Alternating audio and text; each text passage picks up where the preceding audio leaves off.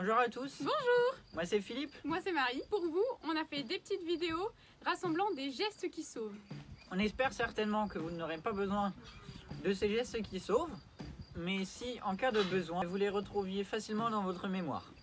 Bon visionnage à tous.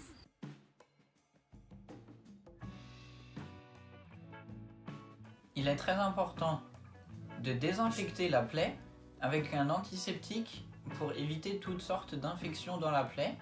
Et on va rappeler la vaccination anti-tétanique. Les plaies simples sont peu étendues, saignent peu et sont superficielles.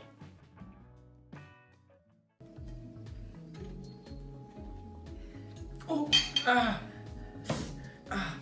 Philippe. Je me suis coupé. Qu'est-ce qu'il y a?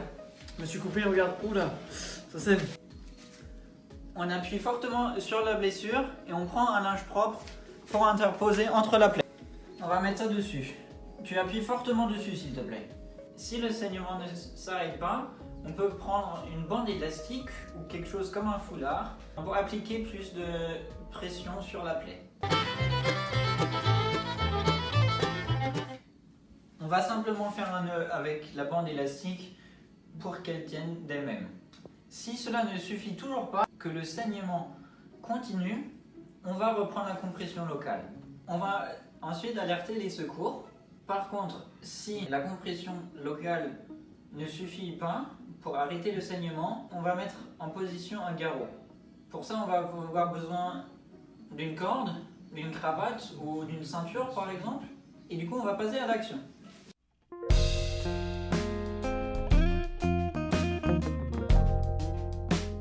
Le garrot se place à quelques centimètres au-dessus de l'articulation, au-dessus de la plaie. On va venir doubler la ceinture ou la cravate. On va passer à travers de la boucle qu'on a formée. On va venir resserrer et faire un nœud pour que ce soit bien serré. Attention, le garrot ne doit être posé qu'en dernier recours, seulement quand tous les autres moyens ont échoué et que le secouriste doit avoir les mains libres pour faire des gestes d'urgence. Un garrot très serré et laissé très longtemps sur un membre, environ plus de 2 heures, peut provoquer une paralysie de ce membre. Après 4 à 6 heures, il existe des risques importants de gangrène du membre et de troubles rénaux pouvant entraîner des complications, voire le décès de la victime. J'espère que ça vous a plu. Et n'hésitez pas à partager cette vidéo avec votre entourage. Merci à vous.